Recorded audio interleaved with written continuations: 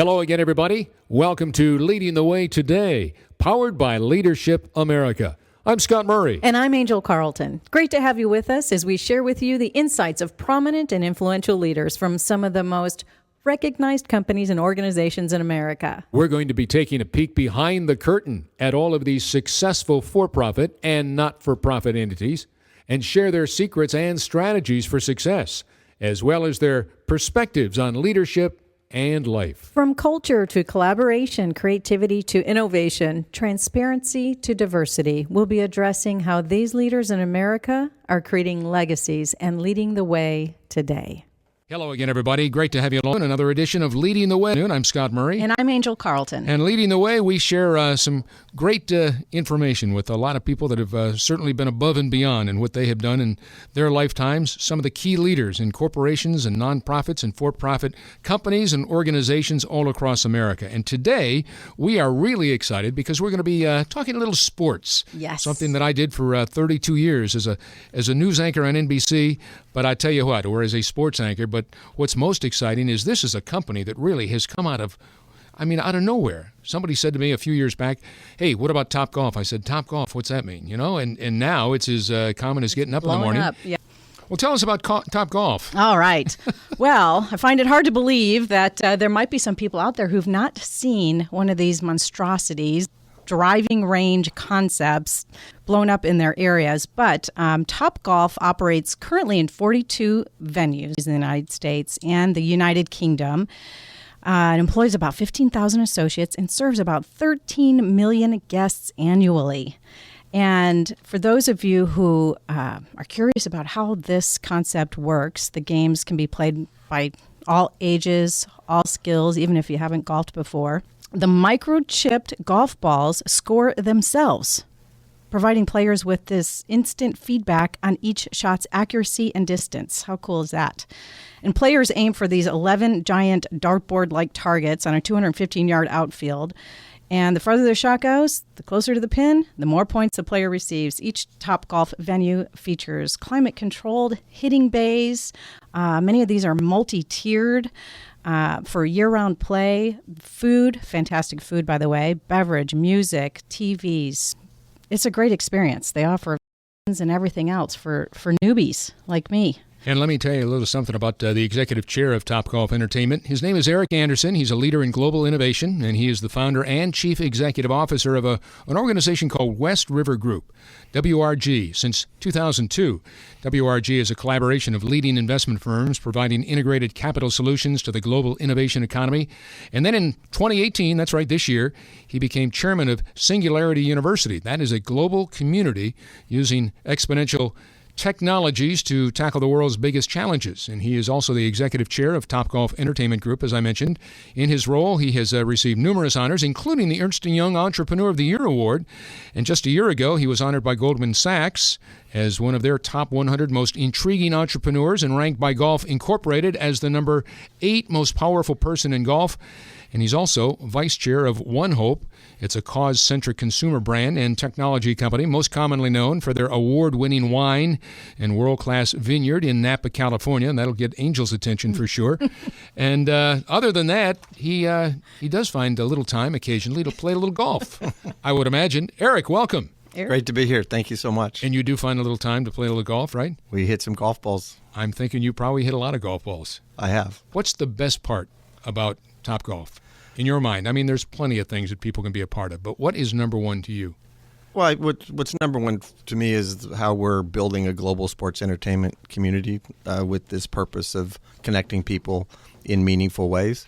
So it all starts with us with purpose. I know that really is relevant to some of the work and research that you all do. So that's the number one thing, and how we can create, this great place for people to work, and then this great, set of opportunities for people to bring families, friends, whoever together at Topgolf and just have a great time. You described some of those, pretty well right out of the box. So thank you.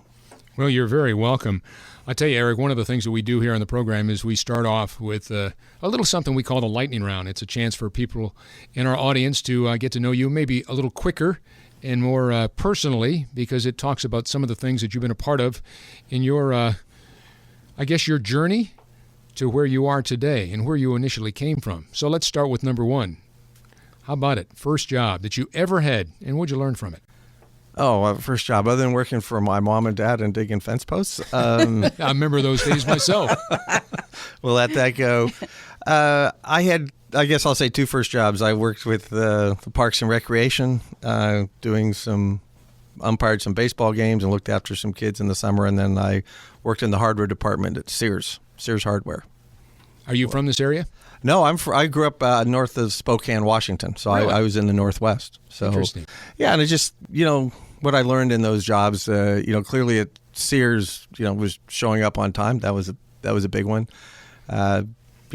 Just working hard and trying to learn as fast as I could because I didn't live a lot of, with hardware every day of my life. So Absolutely. that was good. And then, Parks and Recreation was really interactive, with young people. I was trying to take care of some young people in the summers when they had some extra time, and we had to make up some games. They gave you some things, but you sort of had to create on the go as you went through it. And then umpiring was just fun because, people got mad at you and you had to deal with that. Not that I made a bad call, but they thought I made a bad call. Right. You always get Never mad a at the bad umpire, call. right? Sounds like an umpire. Never a bad call. I was certain. Certain. That's the only thing they told me. I had a friend who was a good baseball player, great coach, and I said, I'm umpiring. He said, make the call, and that's it. Right. So I said, okay, be decisive. That's great. All right. Well, Erik, the second question on our lightning round is, who are your top two mentors in life, and how did they have an influence on you? Well, I've been fortunate to have a lot of mentors, more than two, but I did see the questions. So my mother was first and foremost, but maybe not in a way that originally everyone might think. My mom was a really terrific visionary leader. She was a nurse. She built nursing college. She had a library ending up being named after her. And what was fascinating about her, I think, for me, is that she had this tremendous amount of integrity to how she led. I remember sitting with her when I was 11 and she had to let somebody go, and she was talking about that experience. And she said, so whose fault was that? I said, well, I don't know. They didn't do a good job. She says, my fault because I didn't pay close attention to them and put them in a position where they could succeed. So she was very thoughtful and caring about that and took on that really high level of integrity to do that. And then the other thing, she was very disruptive. So she was running a very large nursing program in a hospital at the time, and she felt that nursing should be a 4-year program. And so as part of that, she had to shut her program down first, and then she sort of went out, if you will, uncovered, and had this idea to put a college together, brought four universities together to do what now would be known as the Intercollegiate Center for Nursing Education. Now it's Washington State. So what I saw from her was sort of very principled leadership, and she used to say, we're not reckless, we're fearless. And so she had this great sense of purpose, and I've really learned to not have a lot of fear if you have a good purpose and this vision. So that was one. She's still living? She just passed. She was 99 and 6 months last August. Wow. So, yeah. Well, I'm sorry to hear that, but she certainly had an impact on your life. Oh, yeah, and many others. Yeah. So that was fun. I love that. And it was Very a good nice. story for me. And then the other person is John Wooden. I played a little basketball, but I had the good fortune to get to know Coach Wooden, both when I played at his camp, but then afterwards we had a number of things to do there. And what I learned from Coach Wooden, other than what you could read and do that, but I was fortunate to have a number of direct interactions and one-on-one interactions. And one was he stopped and taught me how to shoot. I was a pretty good shooter, but he said, you catch the ball with your feet. So we really looked at this detailed level of fundamentals. And then we were having one time, and someone would ask him, what do you think about competition? And he said, well, I'm sure they think about us. And his view was, I remember him saying, Erik, the basketball is a pretty complicated game. I have these young people who are playing it. If I ask them to think about anything else than what I'm asking to do it, they're likely to get confused. So I really suggest that we'll play basketball the way UCLA plays basketball, and we'll let the other people worry about that. So he was very detailed, obviously a man of great character, and had this sort of looking forward. So both of those people had a very clear view of where they were going, sort of a pristine vision, if you will. It was very principled, and so I think I learned both that from them. Wow, two great role models. I mean, Yeah, people talk about John one of Wooden mine. being He's one of mine. incredible leader. Roger Staubach, Byron Nelson, John Wooden. Just incredible men of character. Yeah, totally agree with you. Totally agree. What was the one thing, something when nobody's watching? I'm trying to think. Saying, I'll have to look it up before the end of the program. Character? Yeah, something about character. Yeah, character is what you do when no one's watching. Yeah, that's it. Yeah. And how true is that? All right, number 3. My mom watched me a lot, so I got it. So I had training wheels for a while, I think. Yeah. I think you and I had the same mom.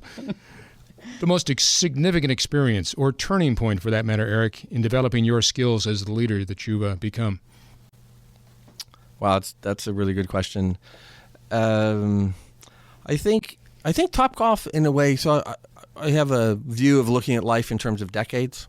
I have a little program I call What's on Your Whiteboard. I sort of think about decade time frames. And early on, I think I loved leadership, which is not control, it's not ownership, it's sort of this principled view of leadership. And then I spent some time on Wall Street at Goldman Sachs, and I learned a bunch of things from that. But I think when I came back to Topgolf, I saw this opportunity to have a company with purpose that could be transformative for a game, which is interesting. It could bring a lot of the great values. Golf is the most respected sport, and they have some great leaders around golf and characters and stories, and of course the organizations like PGA Tour. And I think I coming back to this sense that was an opportunity worth staying with, not investing with, but actually leading. And so we spun it out, and we've been working on it 14 years.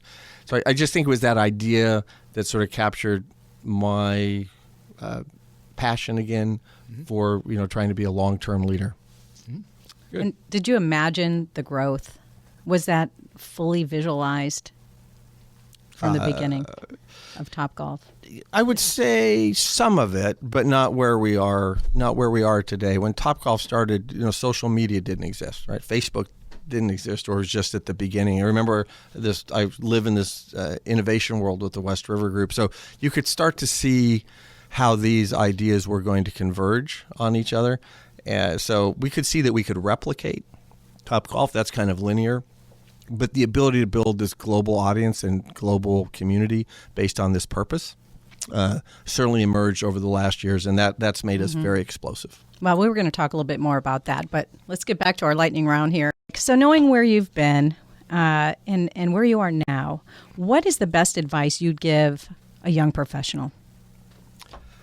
I think it does come back to purpose. I'd like to think that you, in your career, you will find a purpose, something that inspires you, that you have a lot of love for.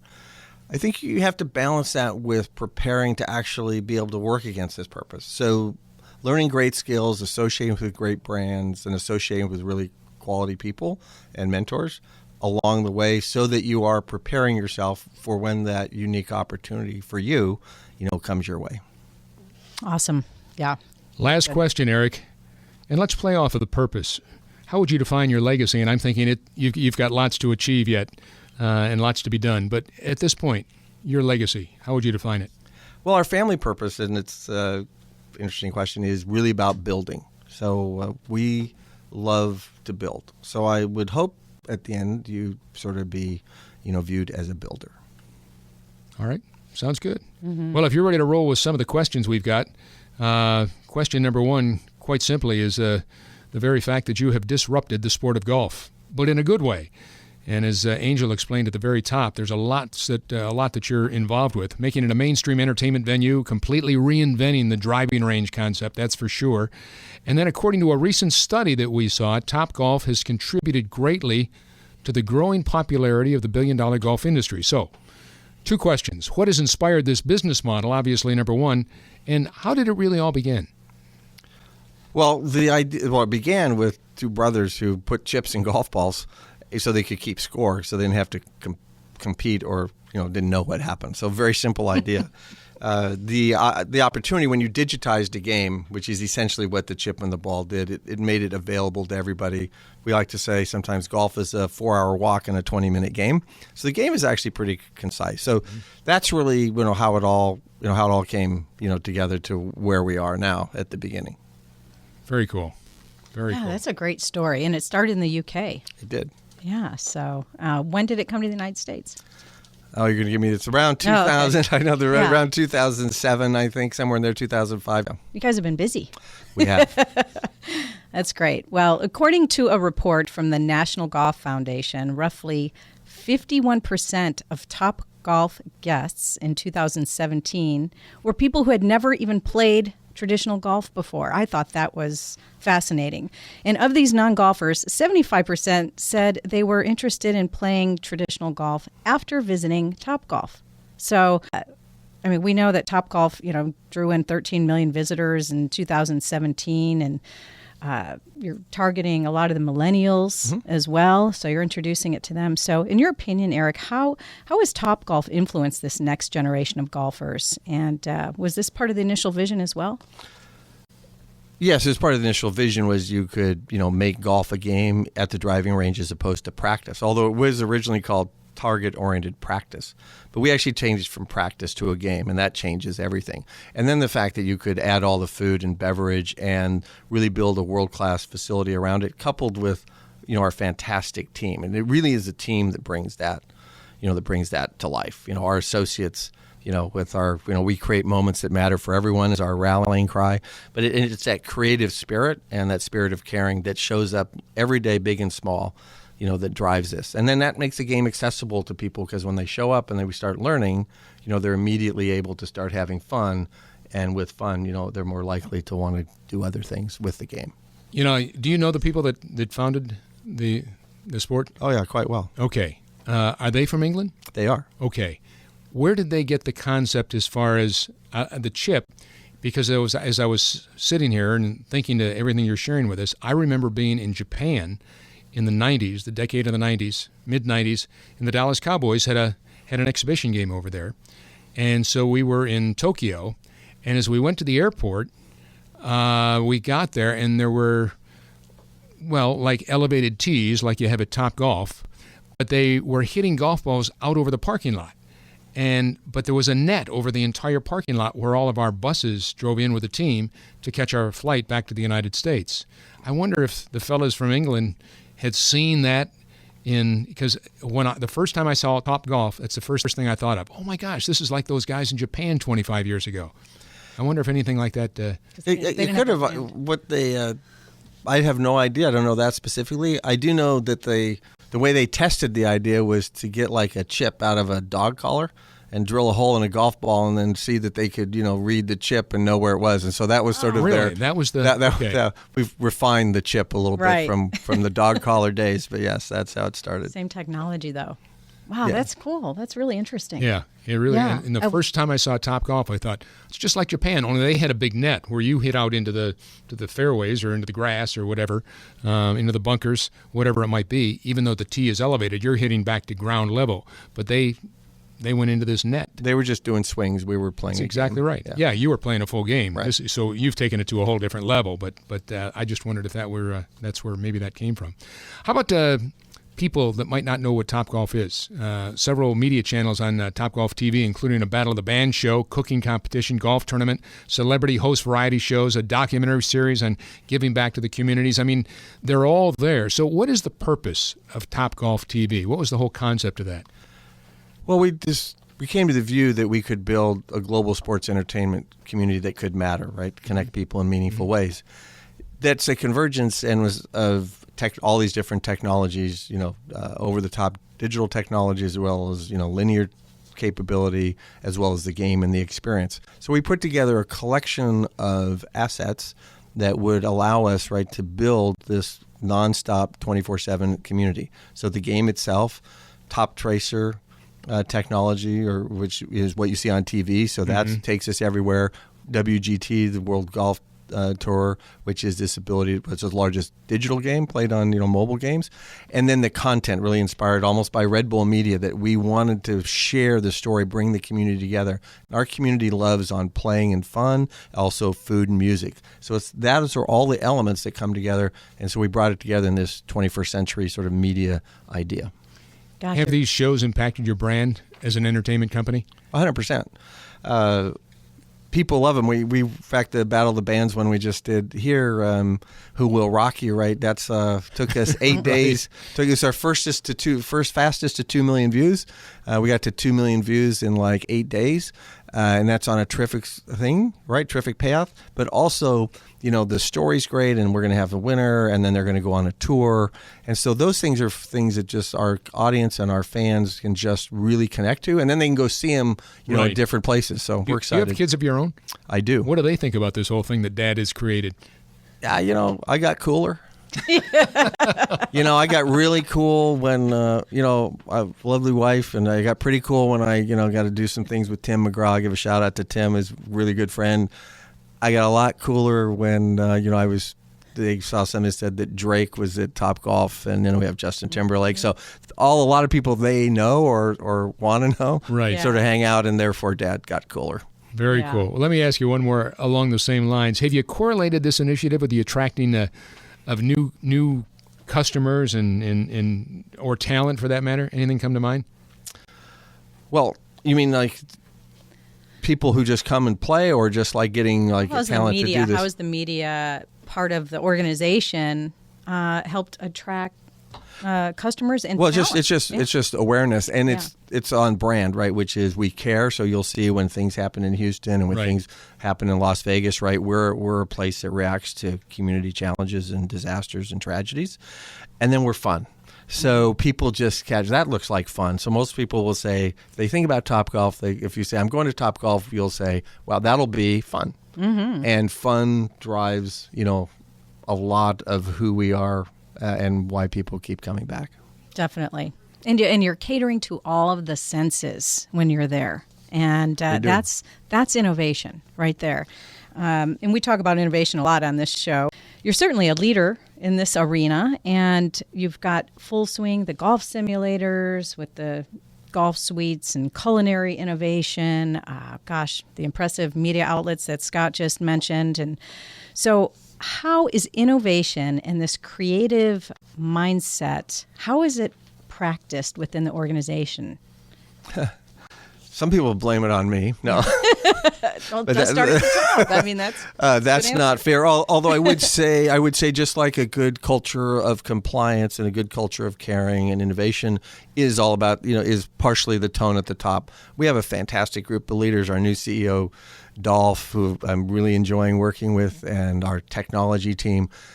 But we're willing to take risks and see that. And we are happy to disrupt ourselves. I know that'll be a principle that you'll, I'm sure, subscribe to in your work.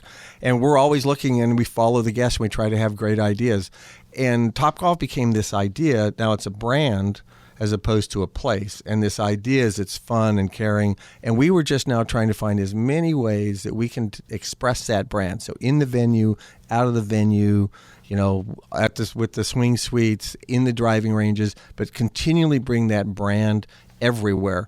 And people we really like to emulate. We see, folks like Starbucks, and there's some great companies out there that have done some good ideas and really taken a brand global. So we pay attention to them too. It has grown since that time to include 41 venues around the world, adding 13 new locations in places like Mexico, the United Arab Emirates, Australia. That's right, the land down under. Going to get some golf as well.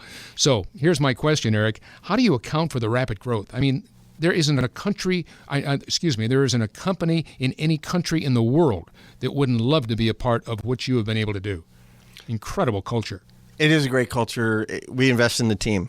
And we can only grow as fast as we have, good leaders that we fully support. So we work hard, to get good leaders and to give them, all the support and just a great culture to work in. What are you looking for? What becomes attractive to your eyes saying, you know what, that's the next Topgolf location? Well, it needs scale. I mean, for our large venue format that you've been referring to, there has to be 1.5 million people, and there has to be, reasonable disposable income, to make that work. Absolutely. All of our other venues, all of our other ideas, whether it's the swing suite or the top tracer range conversions, those are much more flexible, and they can be, everywhere, and they will be everywhere. How did you end up being in Dallas-Fort Worth for your headquarters? Well, Dallas, great place. Texas, great country, state. Yeah, okay. You got it. Good answer. See, I'm right here. You got it. I'm right here. We, for location-based entertainment, Dallas and Texas has a long history of success. So we were early days and we were growing. We were Dallas and we were in Houston, and we have our most number of venues, I think 10 in this state. It was evident we wanted to be close, attractive business climate, good talent, attractive, tax situations right for people. So those combinations, as usual, made it great for us to be here. Great. Along with many other companies coming to Texas. So you were speaking about hiring good leaders to run the organization and the facilities, and it's such a fun, high energy place to work. What type of talent are you attracting at Topgolf? I mean, what are you looking for? Well, everything starts with integrity for us, because we have many lives in our hands every day. So we think about safety. We are fun, and you have to be creative. And we do use the word create. So when I say create moments that matter, it's different than being a service company, right? Whereas, okay, thank you, and I'll look for this. We actually are looking for people who lean in and will create a big moment, a small moment, create a new idea. So I think for me, and there's many people involved in these decisions, but for me, one of the core things I'm always looking for is that integrity, caring, and that being creative and curious. And we have so many stories about that. Wow. How do you identify that behavior in somebody who's creative and curious? Because that's a great attribute that many companies would look for. Well, we have 15,000 people inside Topgolf now, and we got it right early, so they attract themselves. So the people who are there know the other people when they see them. We have a lot of fun ways that we recruit people, and when they show up, we immediately have them performing. So we don't fill out a lot of forms. Just they do some of that, but it's really like you have to perform. But what we really watch is what they're doing when they're not performing. What are they doing in the community around them? Are they paying attention to this other person who's now performing, trying to get this job? Are they supportive? Or are they just on their phone texting the whole time, right? And so we observe them during that entire experience of an hour or so when we bring 30 or 40 people together. So we're actually looking at them in the whole system, not like it's never a one-on-one experience. Right. Oh, that's very cool. Well, with all the growth happening, I would imagine there's a lot of opportunity for people to move up. How are you developing these young leaders? Well, a lot of them got on-the-job training, because when you're a small, fast-growing company, you don't have Topgolf University yet. Now we have really been working at a more systematic, approach to deliver really good skills for what we're doing, and then keep reinforcing the culture, and then we have the ability to we can take people through jobs as well, right? Sort of a way to create a leader. But when we were growing as fast as we are, it was a lot on the job, to be totally honest.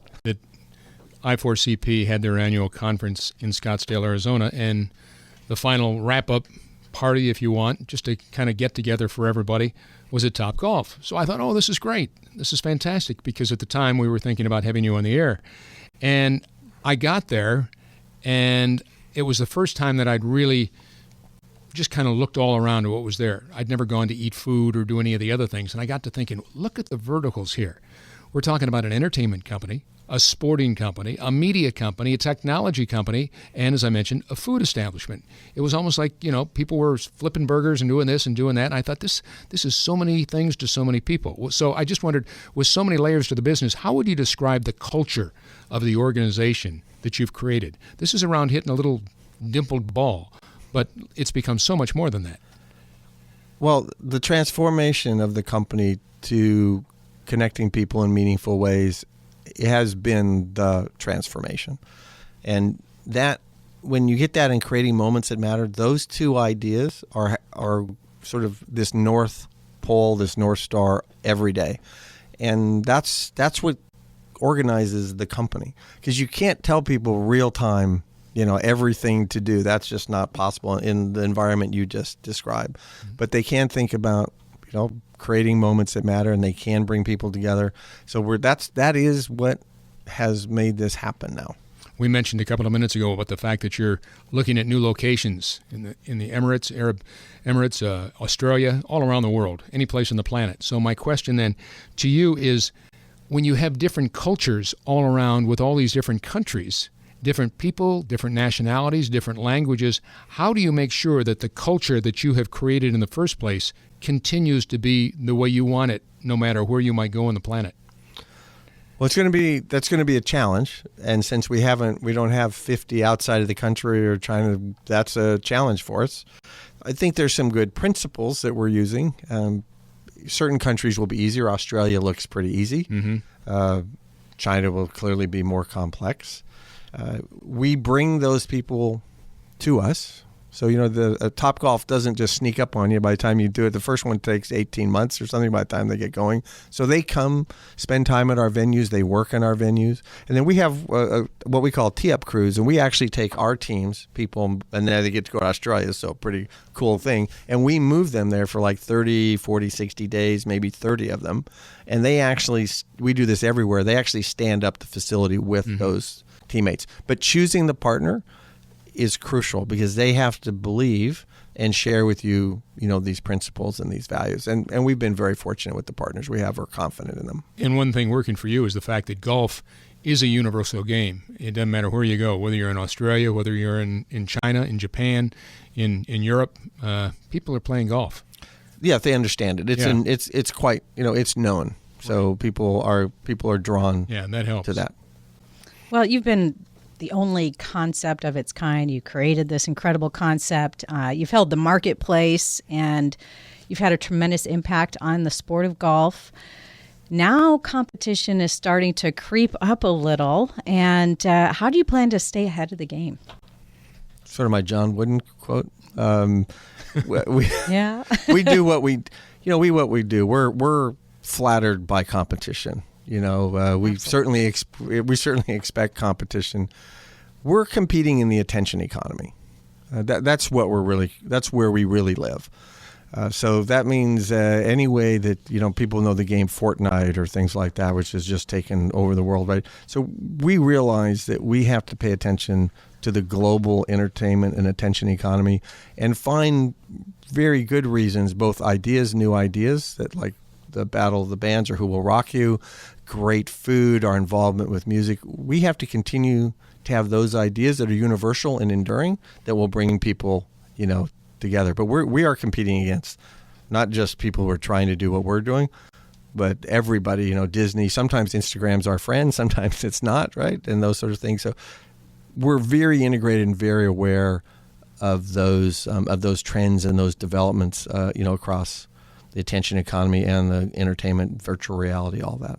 You mentioned some celebs before, Jason Timberlake, among others, Tim McGraw.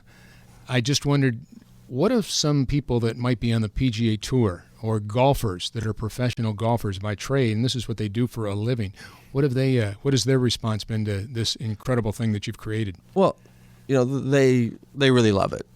We have a great relationship. I'm going to see Pete Pavakwa tonight, who's PGA of America. I know all the folks around golf. They're really excited. At the beginning, they're like, who knows, right? I mean, driving ranges had not been a really successful business idea at scale. But now they're so excited because we're bringing so many people, and everyone appreciates them more, and it gives them just all these people a whole nother way to engage with a broader fan base all the time. So they're really super excited. Well, I said at the top that Golf Digest says you're the 8th most powerful person on the face of the earth in the world of golf. That makes me like 5th at my house, by the way. Yeah. I was not aware of that. Well, that's pretty impressive. Yeah, totally. That's pretty impressive. Top 10 for something like that? Hello. Congratulations. Well, he's blushing. Thank you. Yeah. No, that's awesome. Congratulations. Well, off air, you mentioned something about your brand starting to show up in places where you're being invited to become part of sporting events and all of that. Can you share with us a little bit about what the future of Topgolf looks like? Sure. I believe what we're trying to do is to create this global iconic brand with purpose that is present everywhere all the time. Topgolf's a 24/7 community. We open early, late. We've got this digital experience going on in the games. And if we capture our purpose and we deliver the service and create the moments that matter for everyone, people want to see us. People expect to see us where people get together for anything. F1's a great example. When you go to an F1 race, there's practice, but there's all this time between all that, people expect to see Topgolf. And we want to be that person that people expect to see and they want to see, and that they know if we're there, it'll be a quality experience, that they can trust us, and that we're going to be all the time giving back into these communities. Great jobs. We love the idea of being a great first job. You know, a lot of people come through our system and all those things. So we want all those touch points all the time that make people say, we expect to see Topgolf and we hope to see Topgolf. So being a part of Topgolf is almost as much fun as being on the air with Angel and Scott then. Well, I'm not, we can only aspire to that. Yeah. That's, okay. We'll do our best. Clear before we wrap it up here. Before we do wrap it up, I've got about 30 seconds. I mentioned at the beginning you were chairman of Singularity University. Can you tell us in 30 seconds what it is and what you're doing? Sure. Singularity University focuses on how exponential change creates opportunities and creates challenges. It's fundamentally driven by, the digital revolution, and that's our core. That's the core focus. That's fantastic. Well, I tell you what, Erik Anderson. You are a plethora of knowledge. Really, this was fantastic. Executive Chair, Topgolf Entertainment Group, and we all know what Topgolf is. I will say this. We'll give them a little commercial, a little pop here. A little shout out for Topgolf. If you've never been, give it a shot. Take the family. Somebody's never had a golf club in their hand. Worry not. It's a fun entertainment for the night. So best of luck. Continued success. Well, thank you very much. I'm Scott Murray. And I'm Angel Carlton. Reminding you always to live your legacy by leading the way. Till next week, so long, everybody.